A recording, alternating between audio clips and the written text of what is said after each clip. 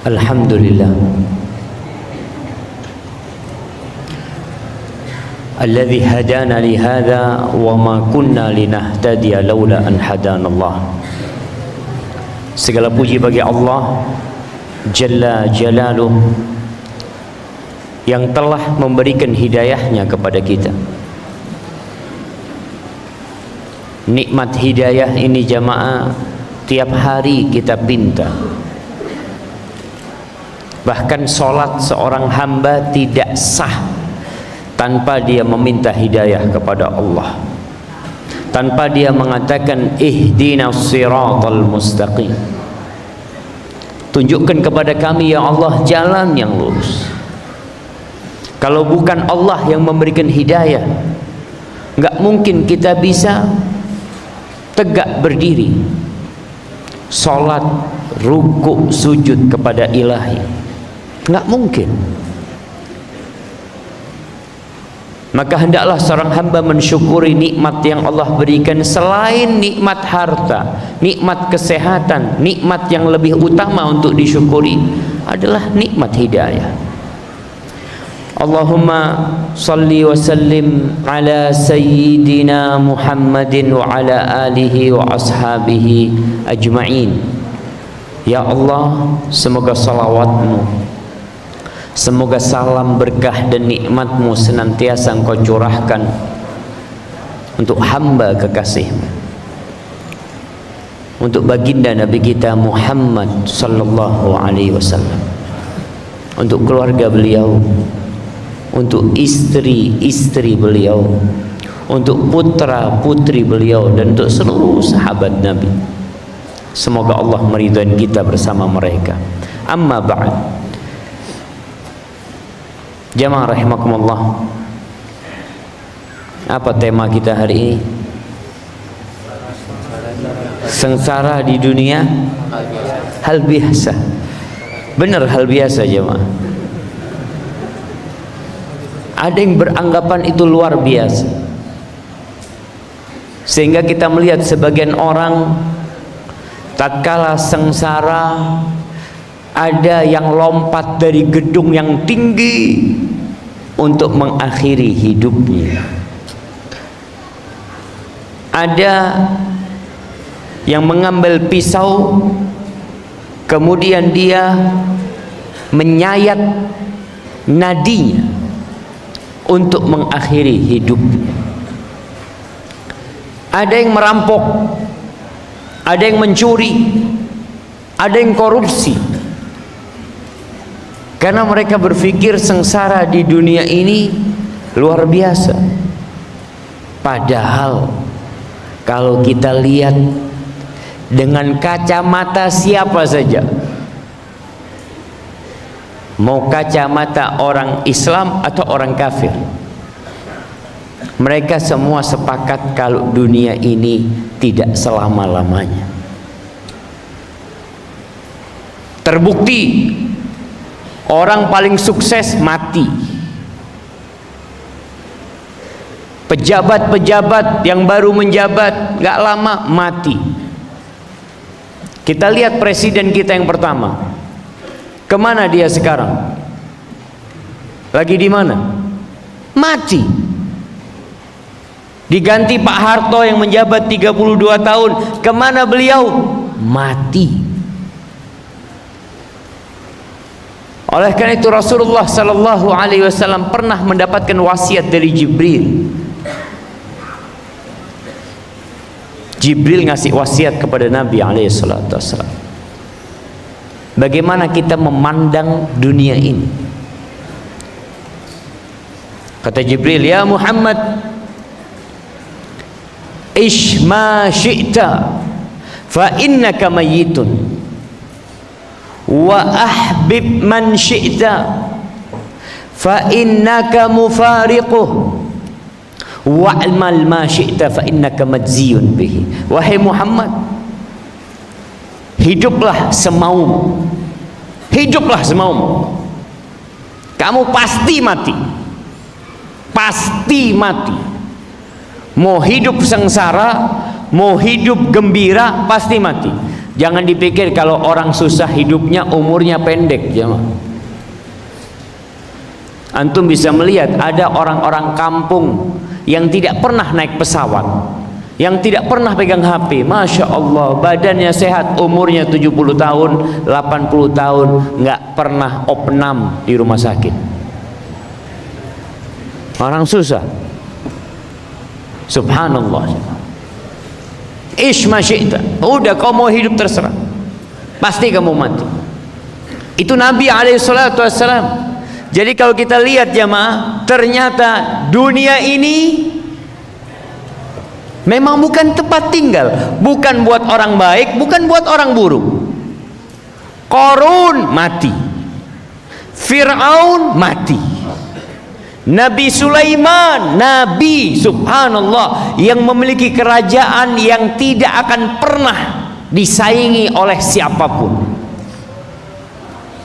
Mungkin sekarang orang bicara, sekarang canggih Zat, lebih canggih dari masa Nabi Sulaiman. Nggak ada.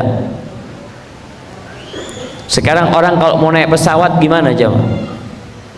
Harus ke bandara, harus isi bahan bakar, harus ngantri.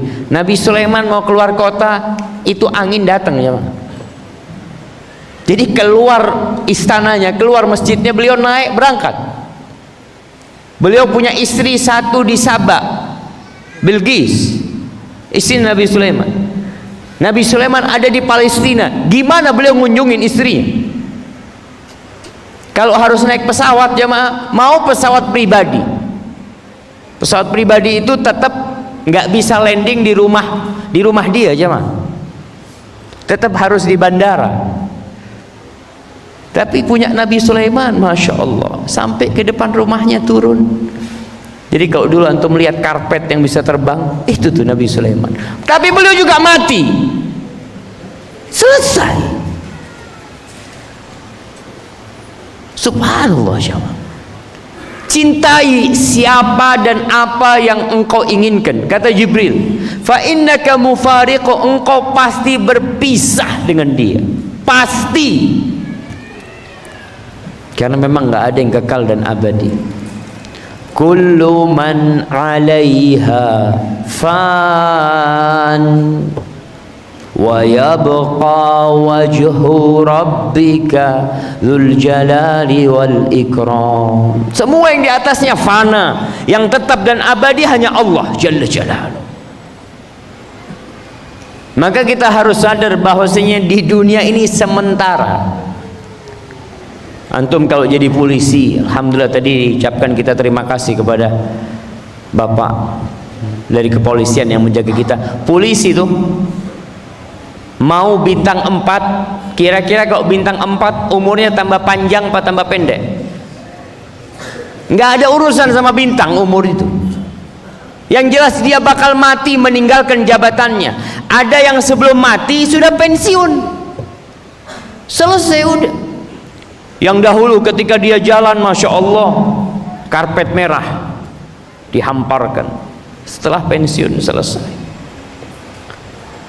Oleh karena itu Allah ingin menjelaskan kepada kita hakikat kehidupan dunia ini. Di surah Al-Hadid ayat 20. Di surah Al-Hadid ayat 20 Allah mengatakan, i'lamu annamal hayatud dunya. Kalian ketahuilah, harus orang itu punya ilmu, memahami. Banyak orang sekolah S1, S2, S3 ke luar negeri, pulang nggak paham tentang kehidupan dunia. Tetap dia berambisi untuk mengumpulkan dunia ini, lupa dengan akhirat. Dan itu kebanyakan manusia. Allah sebutkan ya'lamuna zahiran minal hayatid dunya wa hum 'anil akhirati hum ghafilun. Kebanyakan manusia itu ilmunya hanya tentang dunia. Bagaimana membangun masjid 3 lantai, 4 lantai, membangun gedung yang tinggi mungkin 1 kilometer, manusia bisa bikin itu.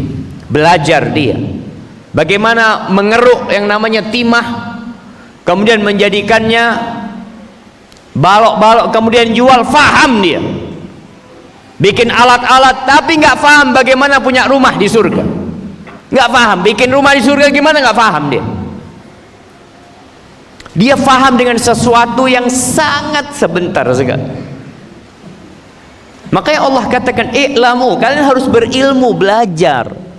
Annamal hayatud dunya la'ibun walahun wazinah. Kehidupan dunia ini hanya permainan. Antum lihat orang-orang yang main, jemaah. Orang main bola lalu menang, dapat apa dia? Oh, dapat piala gini. Habis gitu, ya udah, kerja lagi dia, sibuk ngurusin kehidupan dia. Laib, permainan kehidupan dunia. Walau, tempat orang bersenda gurau, rekreasi ke sana, ngobrol sana, ngopi sana, ketawa-ketawa. Kemudian kata Allah, wazinah, perhiasan kehidupan dunia ini.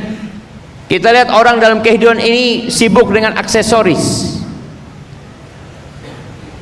cincinnya, jamnya, kemudian kendaraannya. Terus kata Allah, wa tafakhurun bainakum, tempat berbangga-banggaan di antara kalian. Ada yang bangga dengan wajahnya yang tampan, wajah dengan tubuhnya. Antum bisa ngelihat orang-orang yang gagah perkasa itu, kalau pakai baju, kenapa baju adiknya yang dia pakai? Dia tahu nggak cukup, dia tetap pakai karena dia mau berbangga dengan ototnya. Masya Allah. Wa tafakhur, berbangga-banggaan dengan motornya. Antum bisa lihat orang kalau naik motor yang bagus-bagus itu, kenapa knalpotnya selalu besar? Kok nggak ada yang knalpotnya kayak knalpot ya motor-motor biasa? Ada kebanggaan, supaya orang pada ngelihat, ini bukan motor biasa, jemaah. Ada yang bangga sama istrinya. Berapa istri antum? Aduh, baru 3 Ustaz. Masya Allah. Antum? Anak 1 belum punya. Orang berbangga-banggaan dalam kehidupan ini. Wa tafakhurun bainakum wa takatsurun fil amwali wal aulad.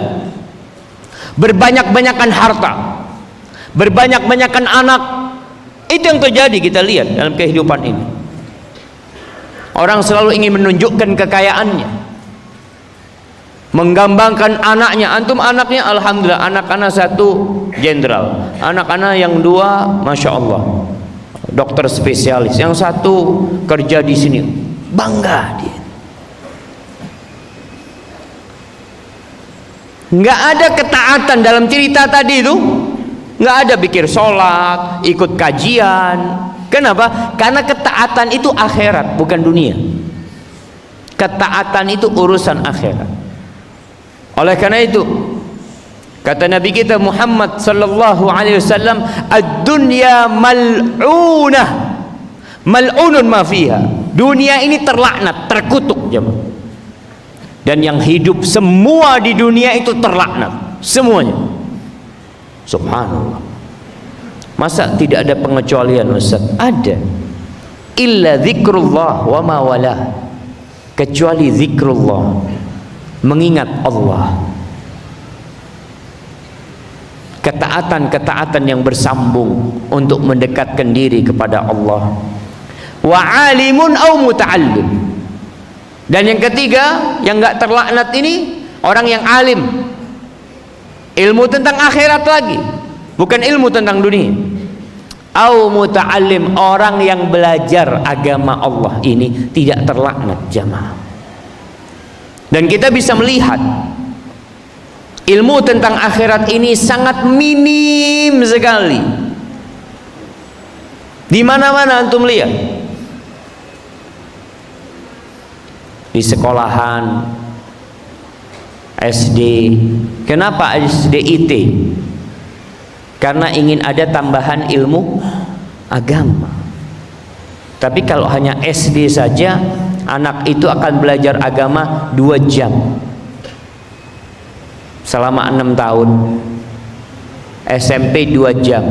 Kok cuma 2 jam, Ustaz? Sisa jamnya belajar apa? Dunia.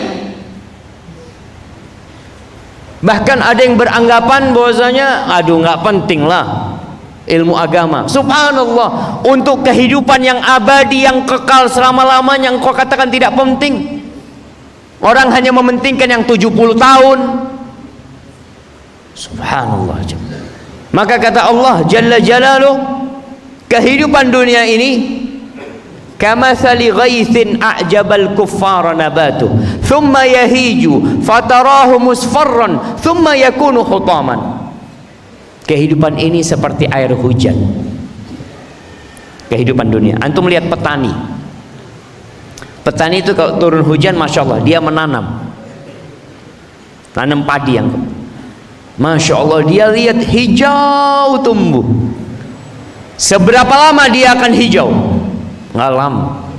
Setelah 3 bulan dia mulai menguning. Menguning. Yang awalnya hijau menyenangkan, tahu-tahu dia sudah sampai masa panennya, dipotong, habis, kemudian dibakar atau beterbangan dia itu jamaah. Itu kehidupan dunia.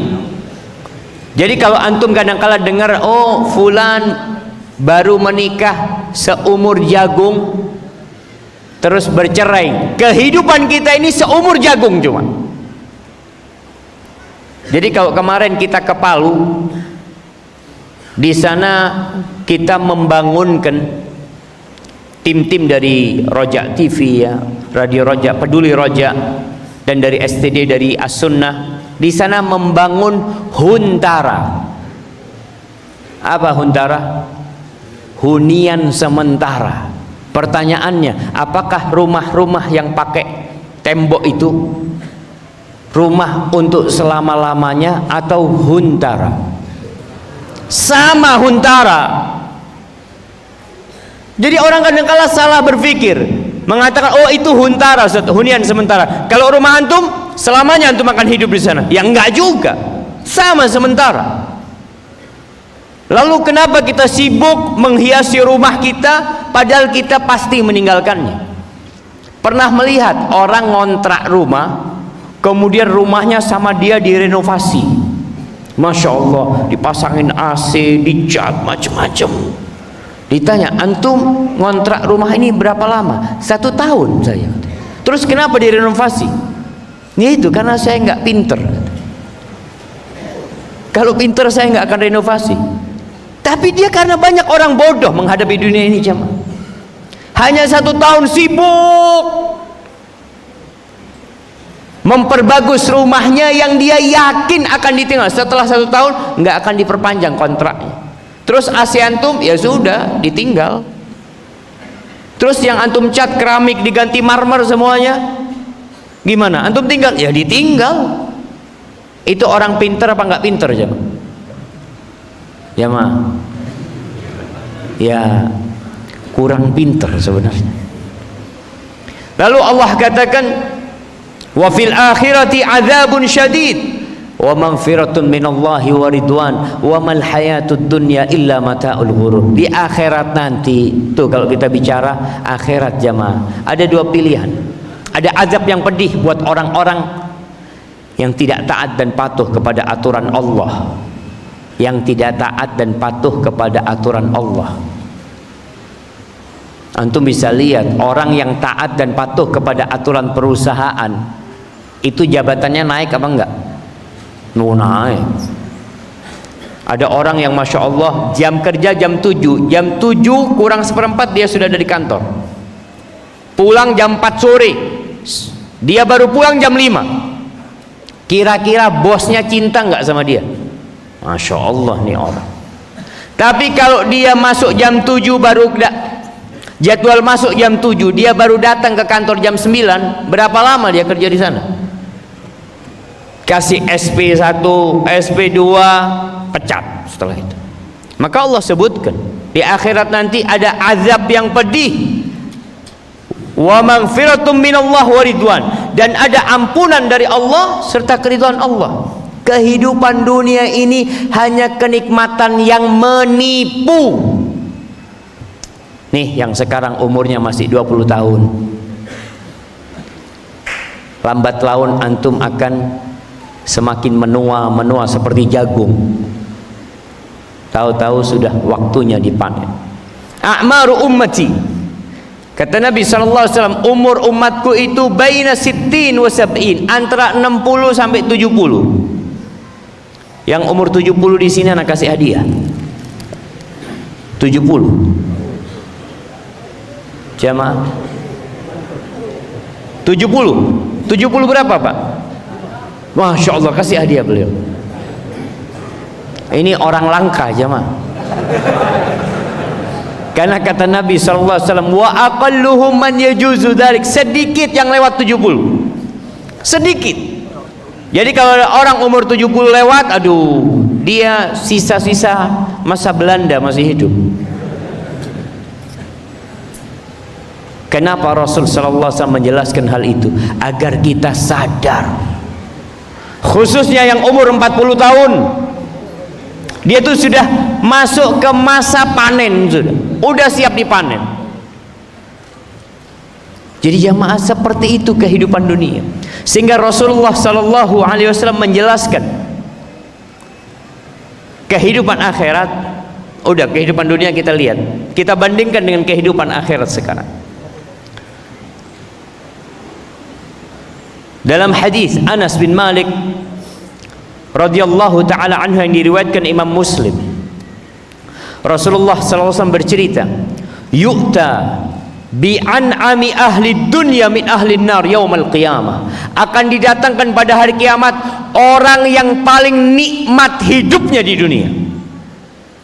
Ingat, orang yang paling senang hidupnya di dunia, tapi dia penghuni neraka. Orang kafir, jangan ditanya tentang kehidupan dia, harta dia, istri dia, anak-anak dia, rumah dia, Masya Allah, makanan selalu ada di meja makan dia, tidak pernah merasakan kelaparan. Didatangkan dia,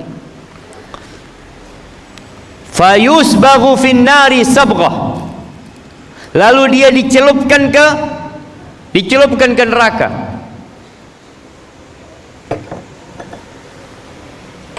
Yusbaghu sabghah, dicelupkan ke neraka lalu dikeluarkan.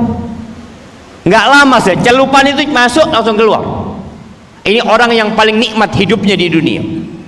Setelah keluar, ditanyakan kepada dia, ya ibna Adam, wahai anak Adam, hal ra'aita khairan qat, hal marra bika na'imun qat. Wahai anak Adam, apakah engkau pernah melihat kebaikan? Pernah engkau merasakan kenikmatan dalam hidupnya? Ini orang paling senang hidupnya di dunia jemaah. Setelah dicelup satu celupan, ditanya, apakah engkau pernah melihat kebaikan, merasakan kenikmatan? Fayaqul, la wallahi ya Rabbi, ma ra'aitu khairan qad wa ma marra bika na'imun qad. Enggak ya Allah, aku tidak pernah melihat kenikmatan satu celupan jamaah. Lupa dengan segala kenikmatan dunia. Kalau kita bicara waktunya, nanti di neraka khalidina fiha abada, kekal selama-lamanya. Baru satu celupan sudah lupa dengan segala nikmat. Sudah. Kemudian kata Nabi sallallahu alaihi wasallam, wa yu'ta bi asyaddin nasi bu'san fid dunya min ahlil jannah, akan didatangkan orang yang paling melarat hidupnya di dunia. Mungkin sehari makan, 2 hari gak makan. Mungkin dia cacat. Mungkin dia orang yang dibuang oleh masyarakat. Orang yang paling susah. Antum bisa bayangin orang yang paling susah hidupnya di dunia. Itu didatangkan. Kita tahu kesusahan di dunia pun akan putus, mati, selesai. Akhirnya fayusbagu fil jannati sabghah, lalu dicelup satu celupan di surga. Satu celupan, orang paling susah hidup. Setelah itu ditanya dia, ya ibna Adam, hal ra'aita bu'san qat? Hal marra bika syiddatun qat? Apakah engkau pernah melihat kesengsaraan dalam kehidupanmu?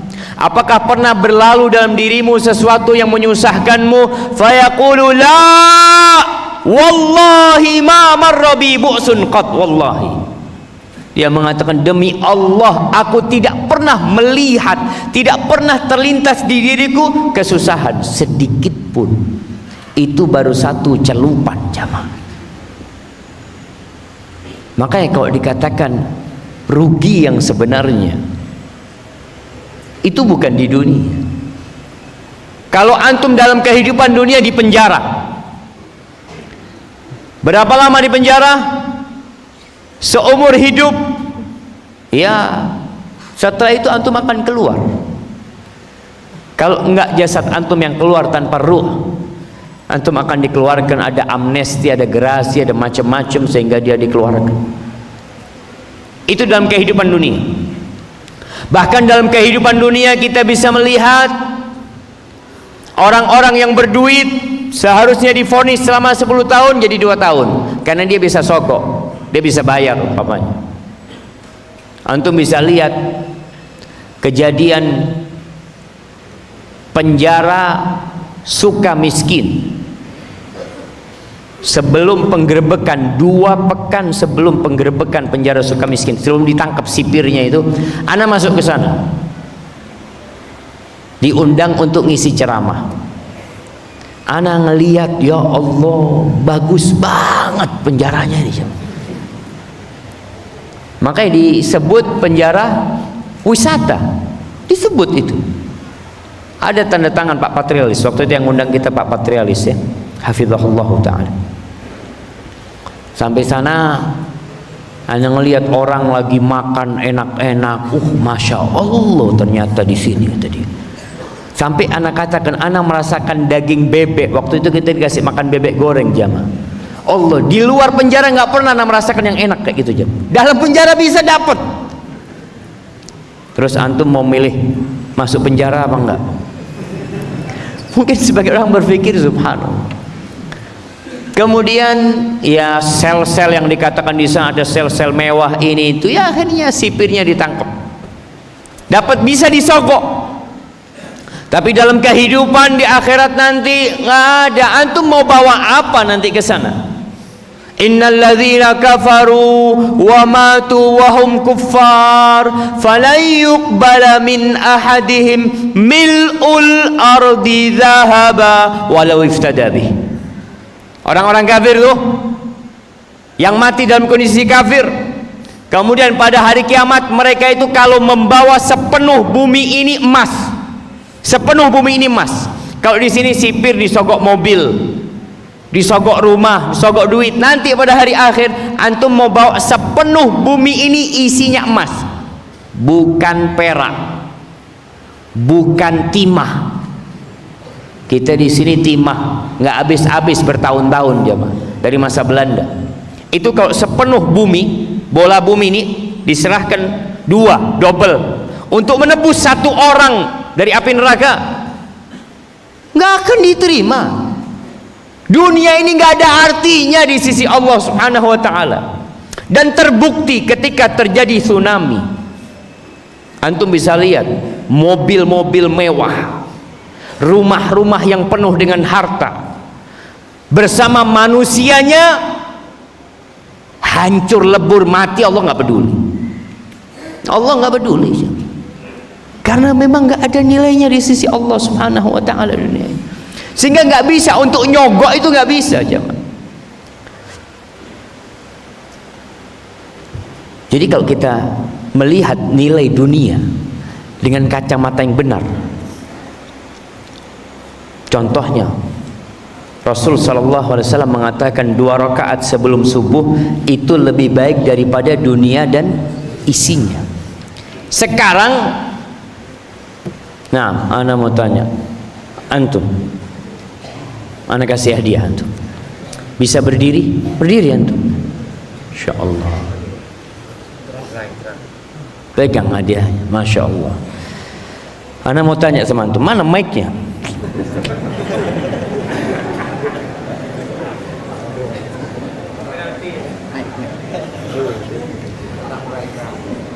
Tenang dulu. Antum mau dikasih duit 100 juta. Nah, tapi nggak sholat qobliyah subuh. Wah, pura-pura nggak mau deh. Sini mereka. Zaklah. Masya Allah jamaah. Bener antum? Masya Allah. Alhamdulillah masih ada orang kayak gini. Mudah-mudahan banyak di tempat ini jamaah. Jadi orang kasih pilihan, nggak sholat 2 rakaat sebelum subuh, tapi dapat duit 100 juta.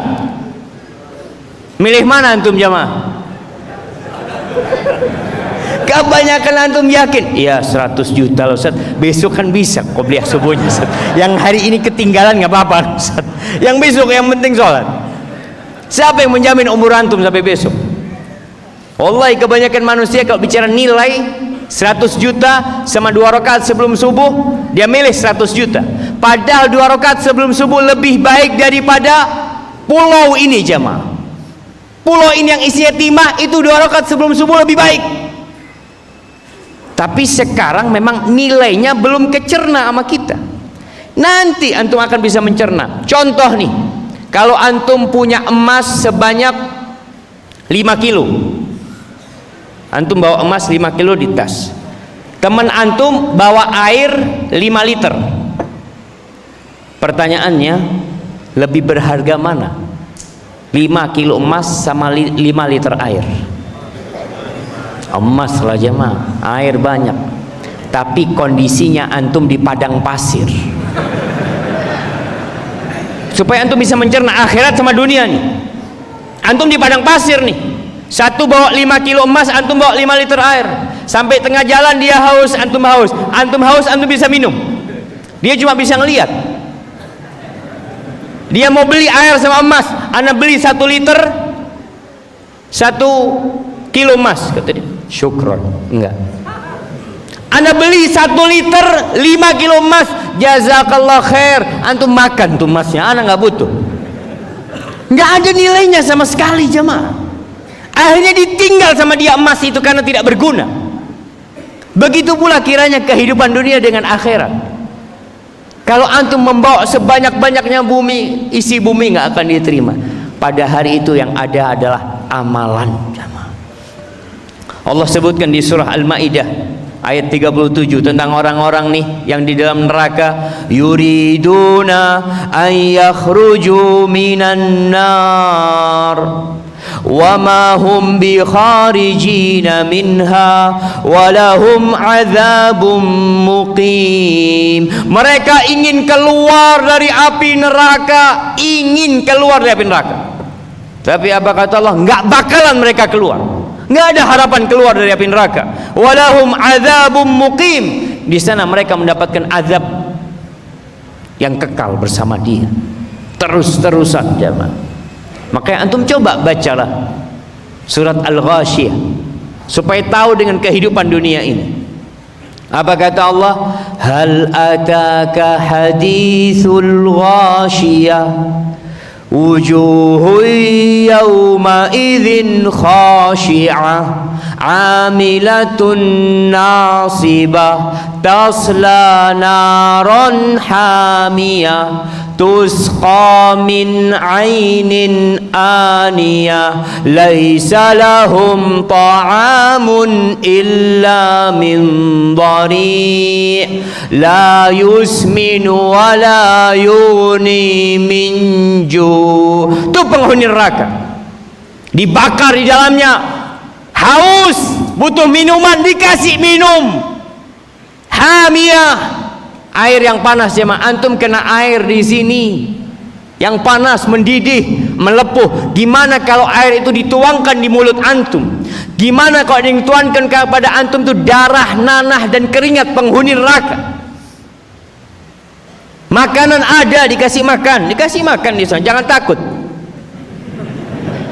Astagfirullahaladzim, astagfirullah. Seharusnya kita takut. Ana salah ngomong jangan takut. Kasih makan dhari', zakum. Makanan itu makanan yang penuh dengan duri, yang kalau masuk mulutnya subhanallah itu luka semua mulutnya. yang namanya ususnya akan terburai, terputus-putus. Itu makanannya. Jadi kalau antum mau sengsara, sengsara di dunia, jangan sengsara di akhirat. Antum bisa lihat bagaimana sengsaranya orang yang merantau. Orang ini merantau jamaah, kerja di Malaysia umpamanya, Masya Allah, dia tinggal di sebuah kamar yang ukurannya hanya 3x3. Itu kamar dia, tapi dia sabar. Berapa tahun antum kerja di Malaysia? 10 tahun Ustaz. Antum tabah sabar cuma kamar seperti itu? Iya Ustaz, ana punya rice cooker, ana makan tiap hari telur ya sama kecap, alhamdulillah. Kadang kala mie instan ana makan selama 10 tahun.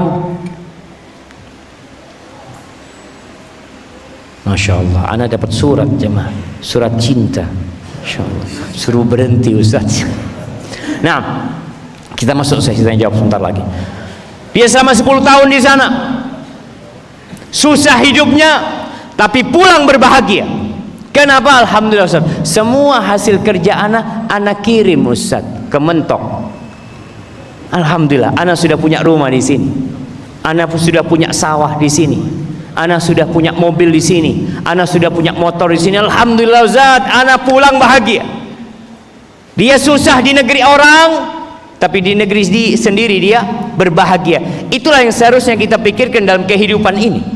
Kita susah di dunia, gimana gak susah? Subuh harus bangun Ustaz, orang pada tidur kita harus bangun, berangkat ke masjid lagi, nanti zuhur adzan sholat lagi, asar sholat lagi, maghrib sholat lagi, isya sholat lagi. Hadhihi hiya dunya sijnul mu'min wa jannatul kafir.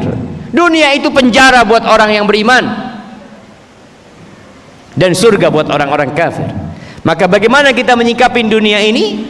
Kun fid dunya ka'annaka gharibun au 'abiru sabil. Kata Nabi SAW, jadilah dalam kehidupan dunia ini seperti gharib. Gharib itu orang asing yang tinggal di satu kampung, bukan negerinya, kampung dia.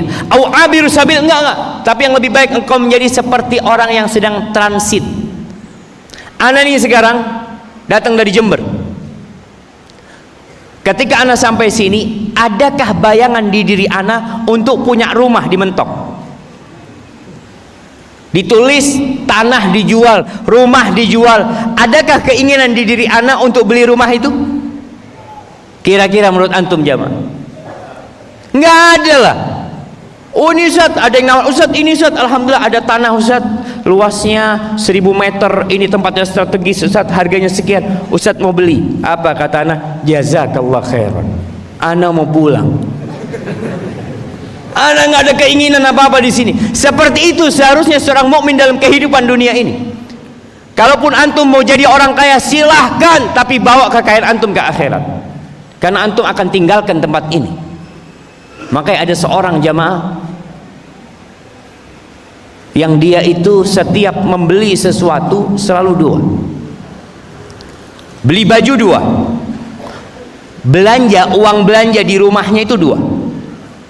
Satu buat rumahnya, satu buat rumah anak-anak yatim. Sampai suatu saat bapaknya beli mobil dua, satu buat dia, satu diberikan kepada pesantren atau yayasan yatim piatu sana. Anak-anaknya protes, abah, kalau abah beli baju dua oke lah, beli uang belanja dua oke lah, tapi mobil lah buat anak-anaknya lah, masa buat apa? Buat yayasan tersebut. Apa katanya? Nah, bapakmu ini bukan hanya ingin naik mobil di dunia, bapak juga ingin naik mobil nanti di akhirat sana, nak. Ini orang yang cerdas jamaah. Ketika dia tahu hartanya akan ditinggal sama dia, ana mau bawa harta antum, bawa masuk ke kuburan antum. Sebelum mati tentunya antum bisa bawa. Dengan cara seperti itu, insya Allah antum akan berbahagia di dunia. Rabbana atina fid dunya hasanah wa fil akhirati hasanah wa qina adzabannar. Ingat, kita diciptakan tidak lama di dunia ini, waktu kita terbatas sebagaimana waktu ana terbatas di tempat ini, maka persiapkan untuk kembali berjumpa dengan Allah jalla jalaluhu. Hadza wallahu a'lam bissawab. Kita masuk ke sesi tanya jawab. Masya Allah.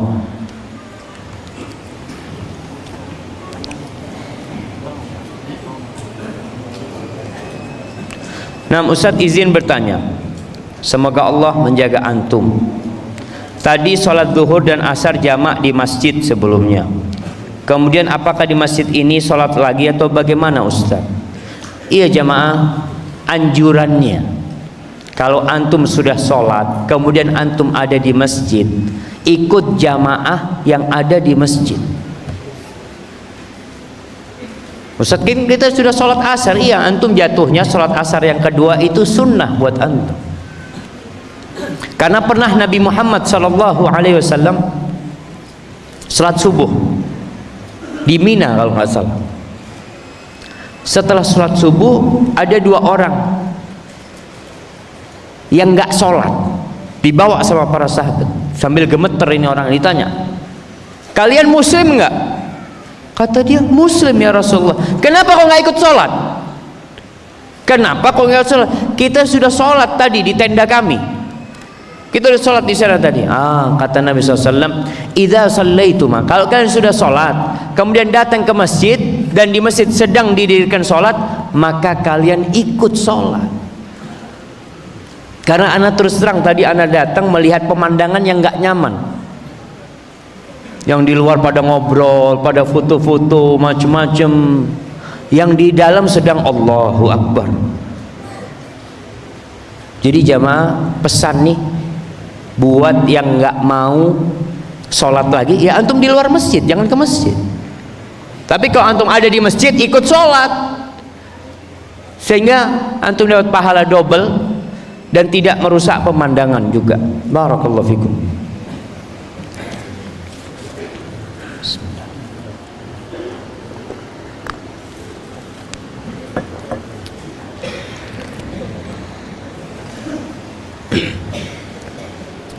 Bagaimana cara memberi semangat, motivasi kepada teman saya yang sudah beberapa kali nador belum mendapatkan jodoh?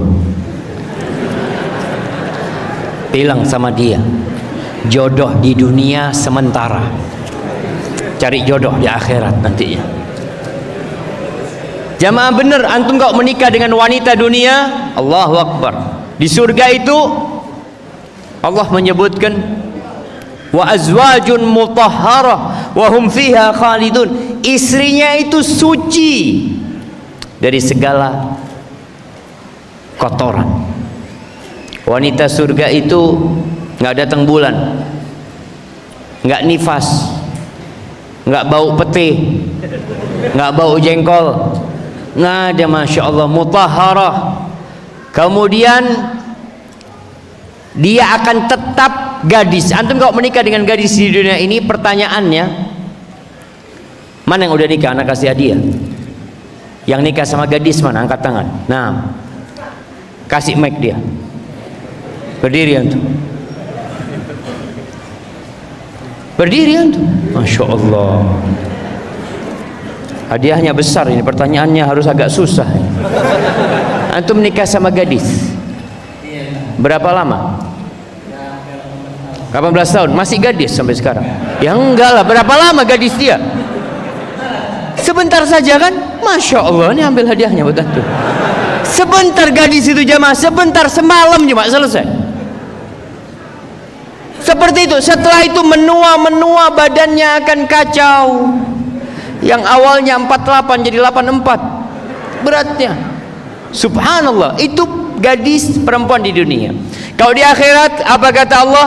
Inna ansha'na hunna insya'a faja'alna hunna abkara urban atraban li ashabil yamin. Kami jadikan, subhanallah, wanita-wanita itu dibikin jamaah. Allah menciptakan bidadari surga itu dengan kalimat kun, jadi. Dan mereka tetap gadis, tetap gadis. Hari ini antum dapat, besok ketemu gadis lagi, lusa gadis lagi, masya Allah. Maka kalau antum nggak dapat jodoh di dunia ini, berhalal berjodoh di akhirat. Tapi semua ingin menikah karena sunnah Nabi Muhammad SAW. Silahkan cari. Tadi Anda sudah sampaikan, yang ingin menikah hendaklah tahu diri. Dia tahu diri, dia bercermin. Jangan minta, anak kepingin wanita Ustaz yang hafid Al-Quran. Antum hafal Quran? Belum Ustaz. Akhirnya ditolak sana, ditolak sini. Jadilah orang baik. Insya Allah jodoh yang baik akan datang kepada antum. Barakallahu fikum.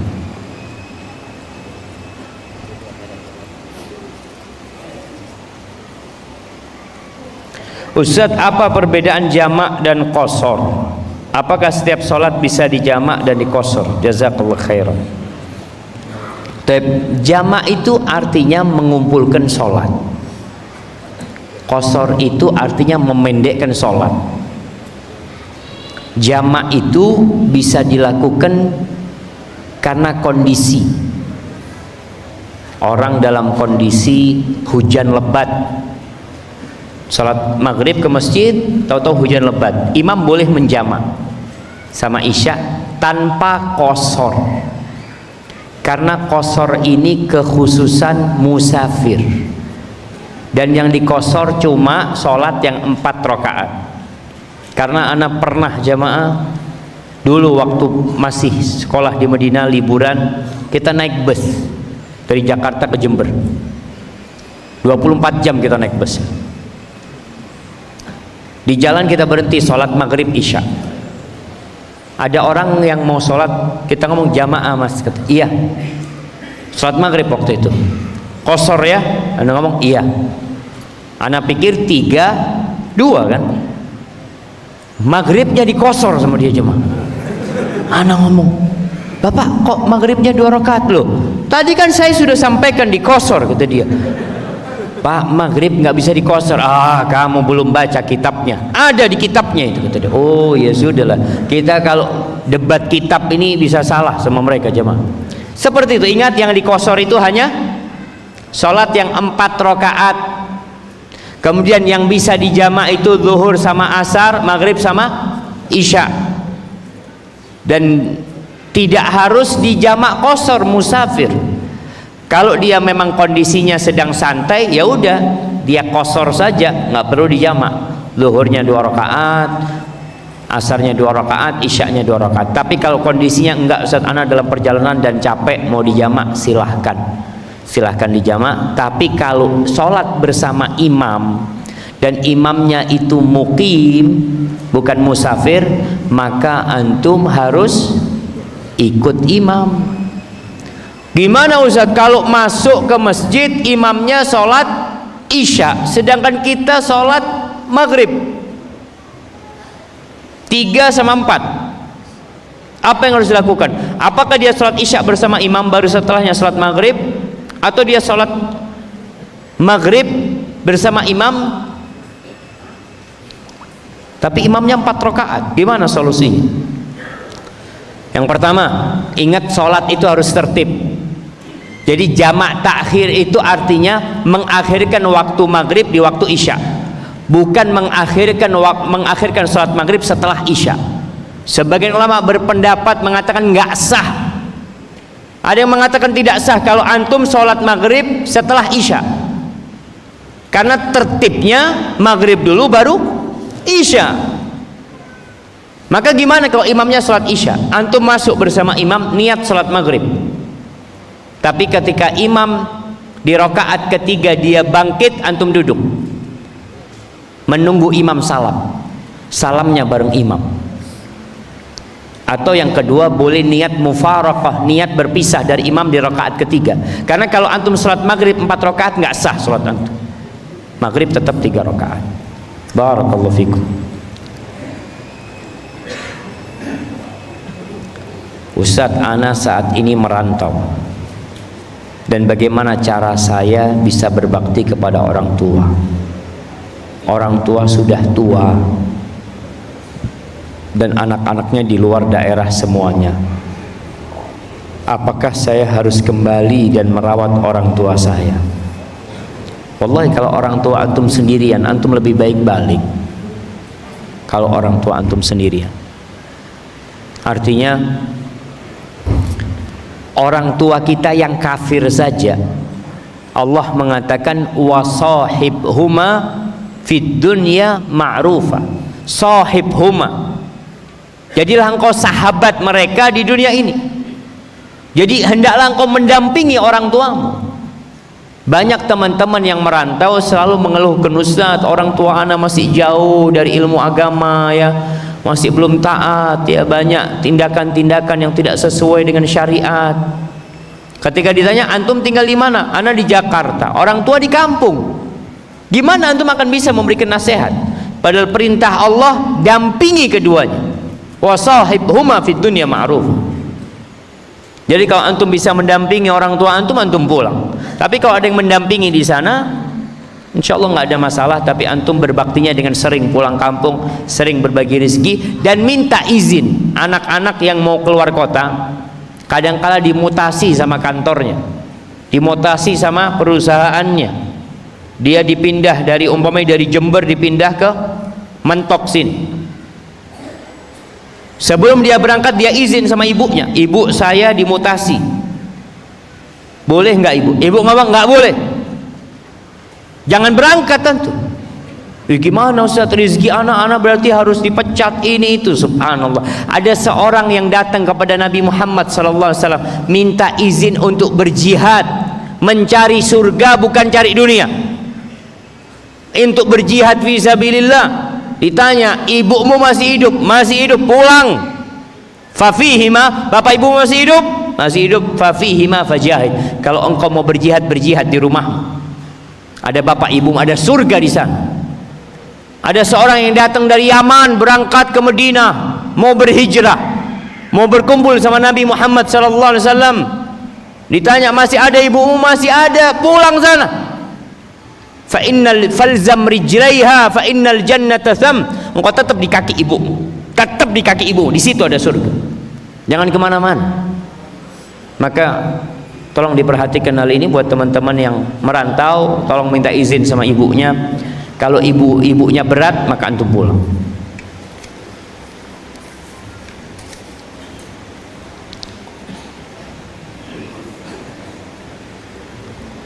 Ustadz mau bertanya di luar tema, bolehkah seorang istri menyelipkan uang untuk dikasih sama ibunya tapi tanpa sepengetahuan suaminya karena takut dimarahi?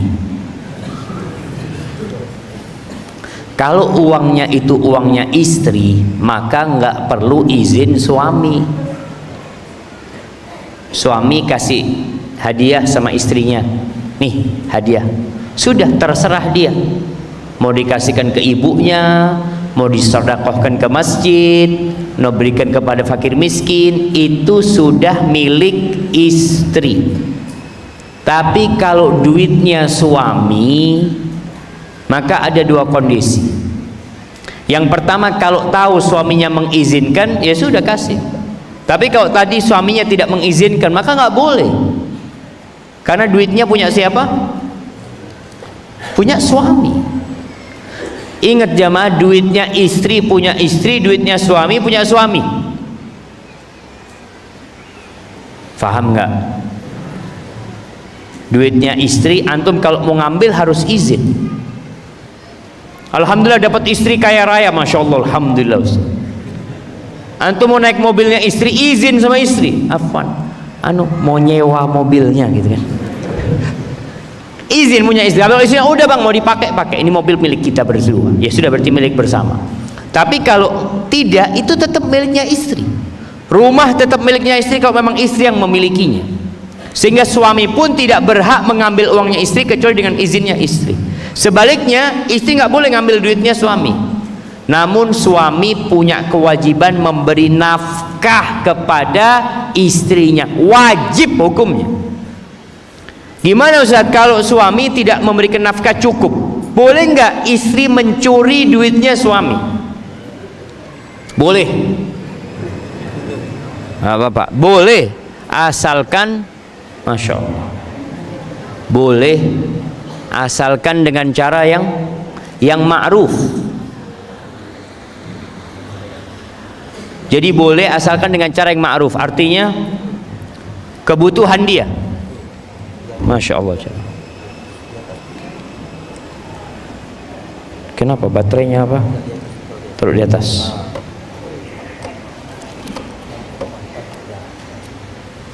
Nah, jadi boleh asalkan dengan cara yang ma'ruf. Artinya dia ngambil duitnya suami untuk beli susu buat anak-anaknya.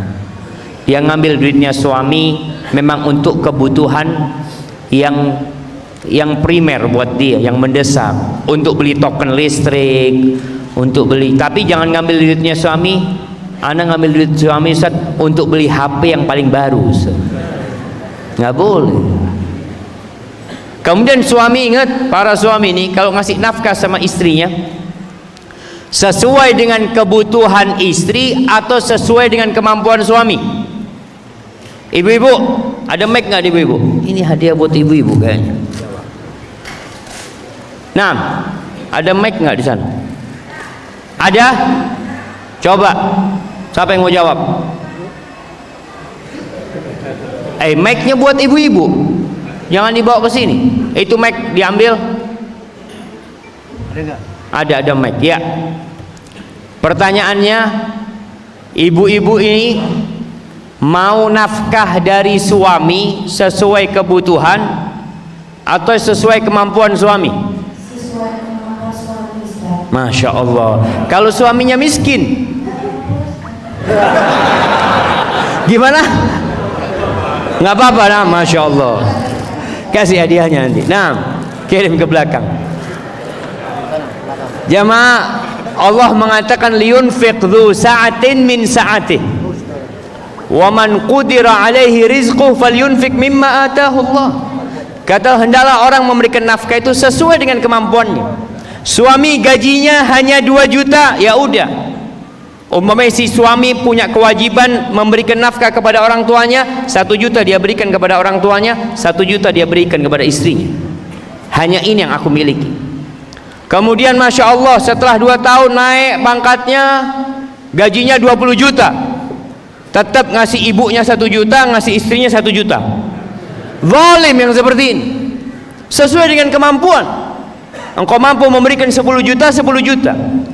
Tapi kalau memang nggak mampu sesuai, maka istri nggak boleh nuntut. Artinya kalau suaminya nggak mampu, ya udah itulah suami dia. Tapi kalau suaminya mampu, di sini sang suami akan dimintai pertanggungjawaban sama Allah. Ada suami-suami yang pandai bersedekah, bangun masjid, bangun rumah untuk orang-orang miskin, tapi sama istrinya pelit dia. Ada apa enggak ibu-ibu? Ada katanya.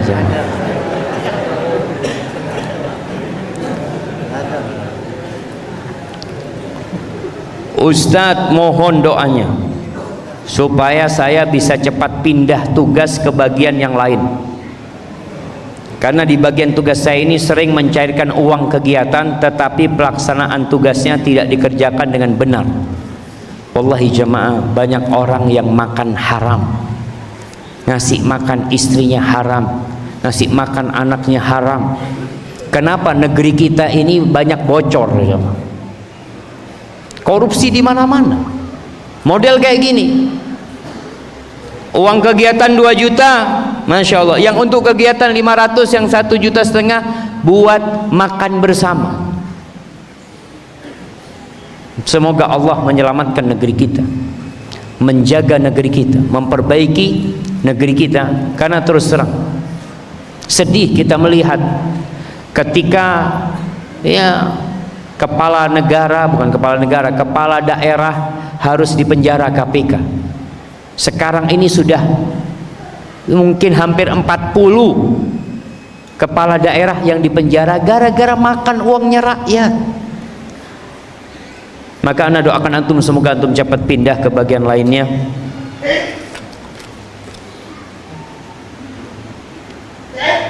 Bismillah Ustadz, tolong motivasinya untuk keluarga anak, alhamdulillah hadir, agar tidak meninggalkan sholat.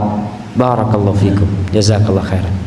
Jamaah, sholat ini rukun Islam yang kedua, tiangnya agama, amududdin. Kalau onta itu, dia itu tulang punggungnya. Kalau nggak ada, ambruk. Ada orang meninggalkan sholat tapi dia mengatakan, Masya Allah Ustaz, fulan ini Ustaz, orangnya Masya Allah Ustaz, baik hati, dia suka membantu orang, tapi sayangnya tidak sholat, dia bukan orang baik. Ada orang tidak sholat tapi dia tidak berzina, Masya Allah baik dia Ustaz. Subhanallah, meninggalkan sholat itu lebih parah daripada berzina. Meninggalkan sholat lebih parah daripada memperkosa. Jangan main-main dengan sholat. Yang pertama dihisab pada hari kiamat sholat. Kalau sholatnya baik, semuanya baik. Sholatnya buruk, habis semuanya. Maka jangan mensederhanakan sholat. Dan yang Allah pinta sama kita, ya sesuai dengan tema kita. Kalau antum mau susah di akhirat, ya silahkan, nggak usah sholat. Tapi subhanallah jemaah, Allah pinta sama kita nggak banyak, hanya 5 waktu. Dulu kita tuh mau dikasih beban 50 waktu. Awal Nabi dapat perintah sallallahu alaihi wasallam salat dari Allah berapa waktu? 50 waktu. Kalau 50 waktu dibagi 24 jam, setiap berapa menit kita salat jemaah? Kira-kira setengah jam kita salat. Baru keluar dari masjid sampai rumah, hayya 'alas shalah, aduh salat lagi. Allah sudah ringankan 5 waktu. Alhamdulillah, masih nggak sholat. Antum kerja dari jam 7 sampai jam 4, taat, patuh sama Allah, nggak patuh. Padahal yang ngasih tangan antum Allah, yang ngasih kaki antum Allah, yang ngasih mata antum Allah, yang memberikan segala fasilitas Allah. Antum lebih taat sama perusahaan daripada sama Allah. Seorang muslim tuh jamaah, slogan dia sami'na wa ata'na. Sami'na wa ata'na. Ustaz, apa hukumnya jika seorang mu'alaf tidak mengganti namanya ke nama yang islami? Adakah konsekuensinya kelak di akhirat? Yang pertama jamaah, berkaitan dengan nama, orang itu akan mendapatkan bagian dari nama dia selama namanya artinya baik. Nama itu ada yang haram, seperti nama-nama Tuhan, nama-nama berhala, nama-nama dewa-dewa yang disembah, itu haram hukumnya. Maka dia harus mengganti namanya. Tapi ada nama yang enggak haram, makruh aja, namanya kurang baik artinya. Siapa nama antum? Alhamdulillah, Ribut Ustaz. Pernah lihat namanya orang Ribut? Ada namanya Ribut. Wajib diganti? Enggak wajib, tapi lebih baik diganti. Jadi kalau antum hijrah nama antum baik, tapi bahasa Indonesia atau bahasa Jawa, fadol, nggak ada masalah selama artinya baik dan tidak ada kaitan dengan dewa-dewa, sesembahan-sesembahan. Jadi antum tidak harus merubahnya. Dan ketahuilah, ada seorang sahabat yang namanya Hazan. Hazan itu artinya susah, keras kepala. Dia datang kepada Nabi Muhammad SAW.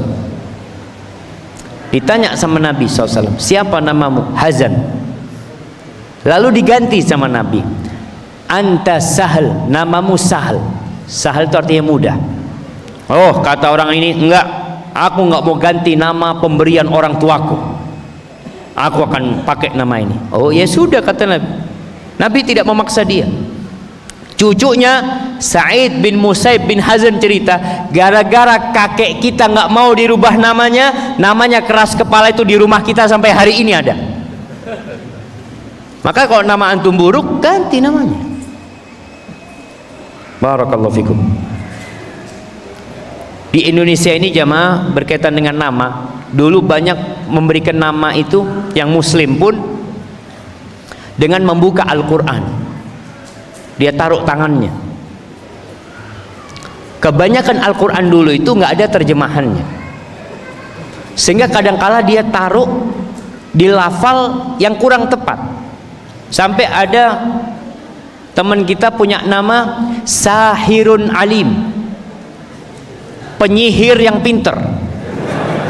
Itu cerita ketika Allah menceritakan Nabi Musa dengan Fir'aun, ketika Fir'aun mengatakan datangkan tukang sihir yang pintar, dia katakan ini ada di Quran Ustaz. Ada, kata dia. Ya iya, ada setan pun ada dalam Quran. Ada setan. Ada seorang ustadz yang terkenal namanya minal khosirin, termasuk orang-orang yang merugi. Itu bapaknya ngelihat di Al-Quran minal khosirin. Ketika dia sudah belajar di pesantren, akhirnya dia ganti namanya, tambahi laisa minal khosirin, bukan termasuk orang-orang yang merugi. dia Ustadz, ada seorang mau poligami, tapi orang tuanya tidak mengizinkannya. Bagaimana Ustadz? Ya udah, antum nggak usah poligami. Artinya, memang kita tahu poligami ini nggak harus izin sama istri atau sama orang tua. Tapi kadang-kala orang tua itu takut anaknya bertindak zalim. Jadi orang tua punya firasat, enggak nak, engkau kayaknya enggak mampu poligami. Karena Allah memberikan izin poligami itu bagi orang yang mampu berbuat adil. Fa in khiftum alla ta'dil. Kalau kalian khawatir enggak bisa berbuat adil, ada kekhawatiran, oh kayaknya anak enggak mampu. Haram kita ketika itu kalau nikah aja. Karena kita akan melakukan kezaliman. Oh enggak Ustaz, anak coba dulu. Coba ternyata antum zalim. Ada orang yang memang enggak bisa melakukan keadilan, dia dengan dua istrinya hatinya lebih, ya nanti lebih sayang kepada istri pertamanya sehingga menzalimi istri keduanya. Jadi tadi kalau orang tua antum tidak mengizinkan antum karena pertimbangan yang syar'i, maka nggak usah. Bahkan kalau orang tua antum nyuruh antum menyeraikan istri antum ceraikan istri antum. Istrinya satu nih, ibunya ngomong, nak, ibu nggak suka sama istrimu, ceraikan apa enggak jam. Ibu-ibu dengerin nih, Rasul sallallahu alaihi wasallam pernah bersabda ketika ada seorang tabi'in tanya kepada Abu Musa al-Asy'ari atau Abu Darda, anda lupa, Abu Darda mungkin. Dia datang mengatakan, ibuku nyuruh aku menceraikan istriku. Kata Abu Darda, sami'tu Rasulullah sallallahu alaihi wasallam yaqul, aku mendengar Rasulullah sallallahu alaihi wasallam bersabda, al-walidu awsatu abwabil jannah fa in syi'ta fa'adi dzalikal bab aw ihfazhu. Ibu itu, orang tua itu adalah pintu surga yang paling indah. Maka terserah engkau. Kalau engkau mau menghilangkan pintu itu silahkan. Tapi kalau engkau mau jaga, engkau jaga pintu itu.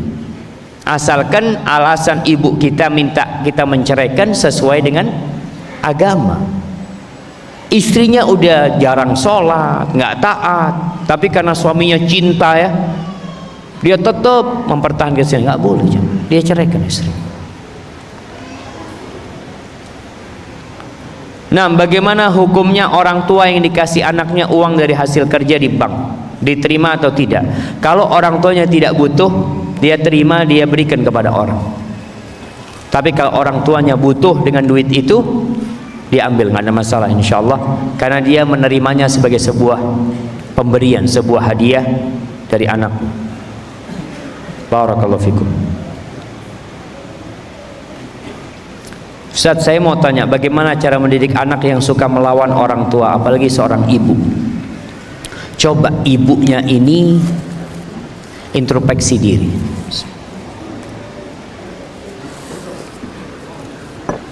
Alhamdulillah. Kenapa anaknya durhaka?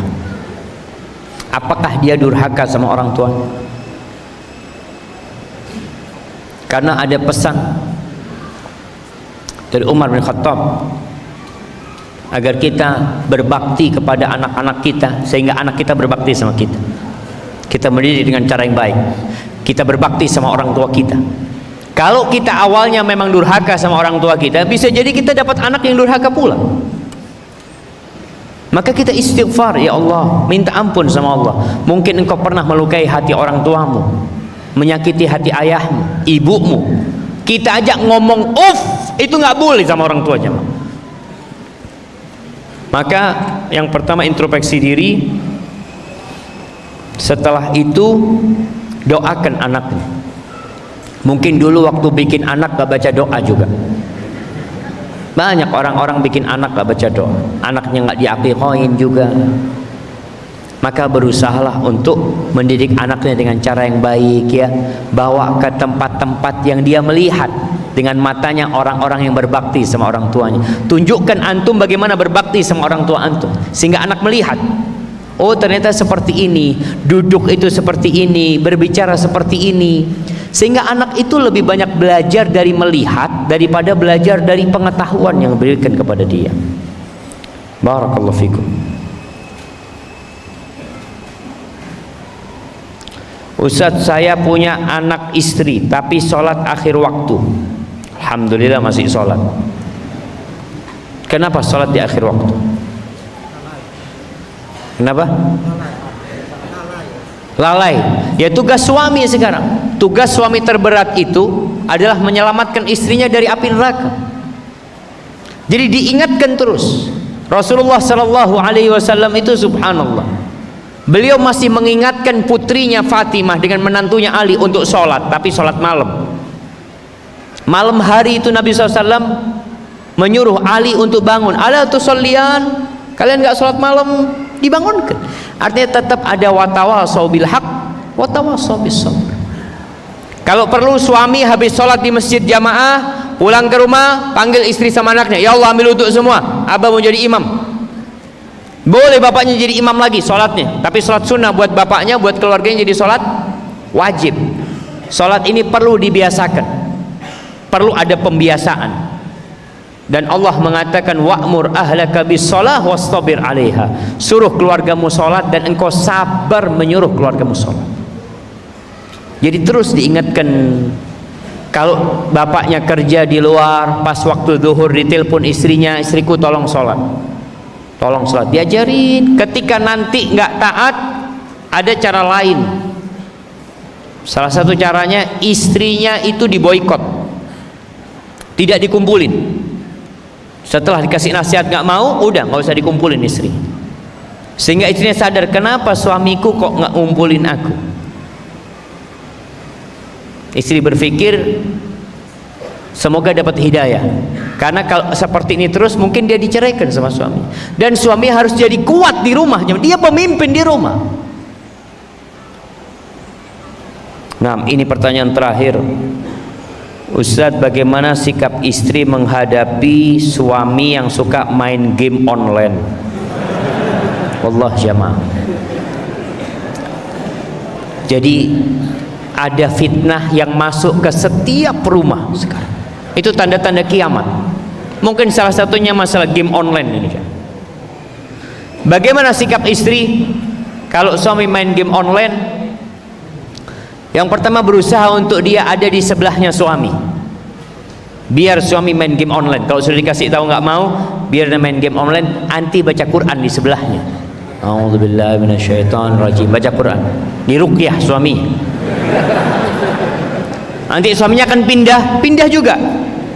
Bang, biar abang main itu tapi dapat berkahnya Quran, bang. Ya, bacain Quran sampai selesai baca ayat kursi, ditiup suaminya.